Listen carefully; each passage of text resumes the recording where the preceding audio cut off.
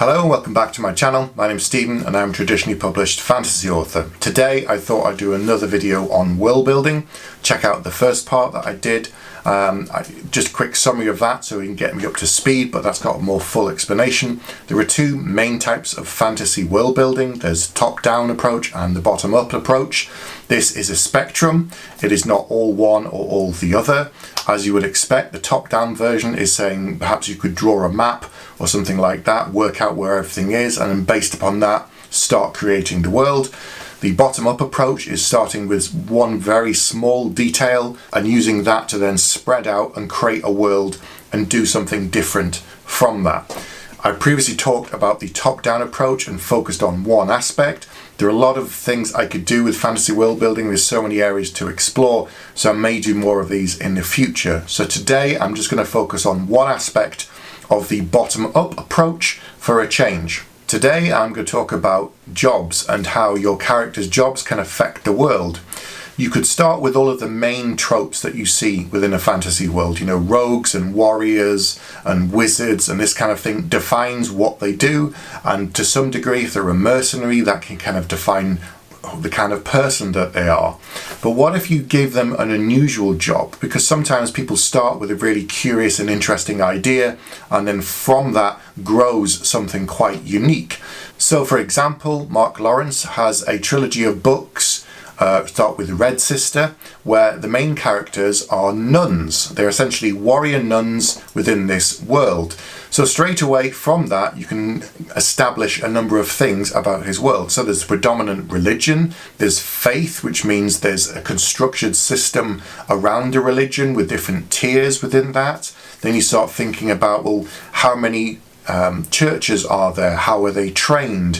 Who teaches them? Where did they come from? How was it established? Who created the faith? Are they praying to a god, or are they praying to a person who elevated and became some kind of deity? So you start building up things straight away.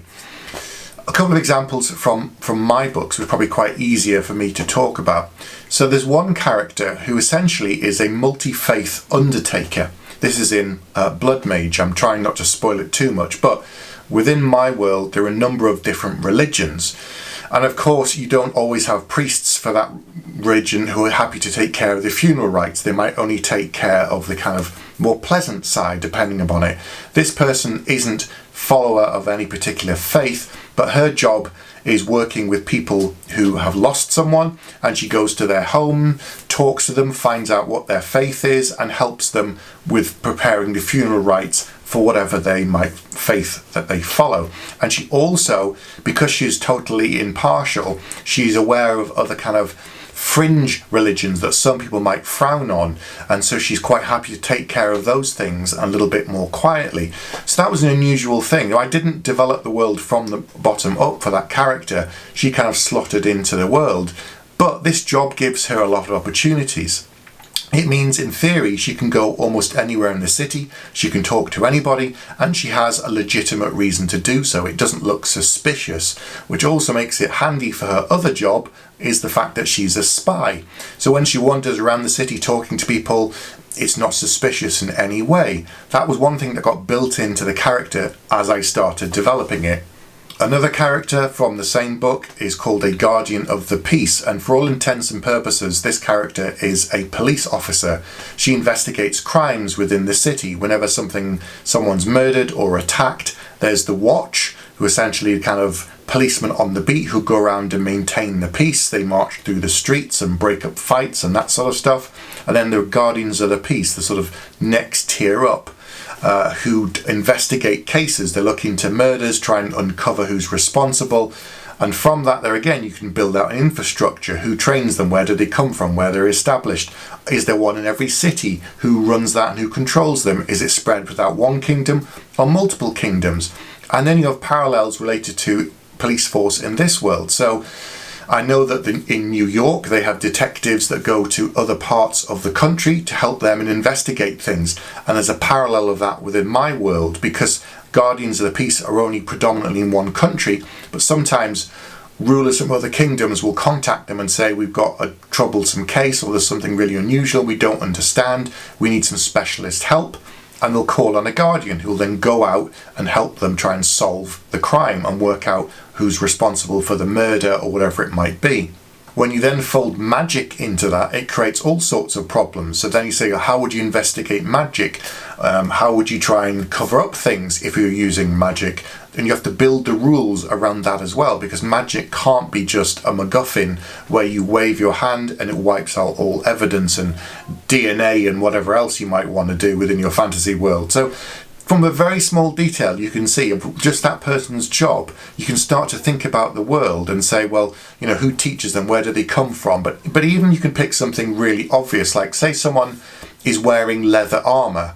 Okay, so you say, okay, so what was the animal that they killed, that somebody killed at some point to skin them, to then treat them material to make the leather armor? And it doesn't have to be the normal thing. Why does it have to be beef and therefore leather armor, or deers to create some kind of leather jerkin? It could be a fantastical creature that makes really amazing armor, so their leather armor is tougher than steel perhaps.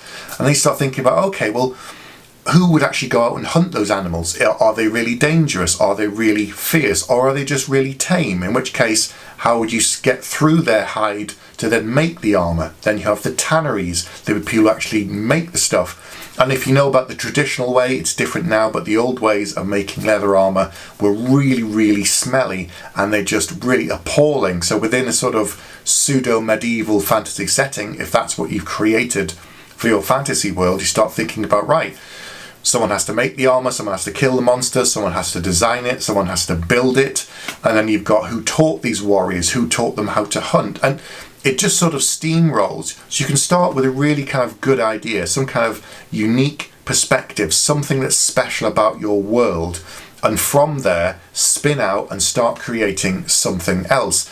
And fantasy world building is great fun. I've said this before in other videos that it's a wonderful thing to do. It's really exciting. I love doing it, but it isn't writing the story. It's building the framework, it's building the scenery and everything that goes around the story. So you shouldn't spend years on world building and not do any writing of the book at all.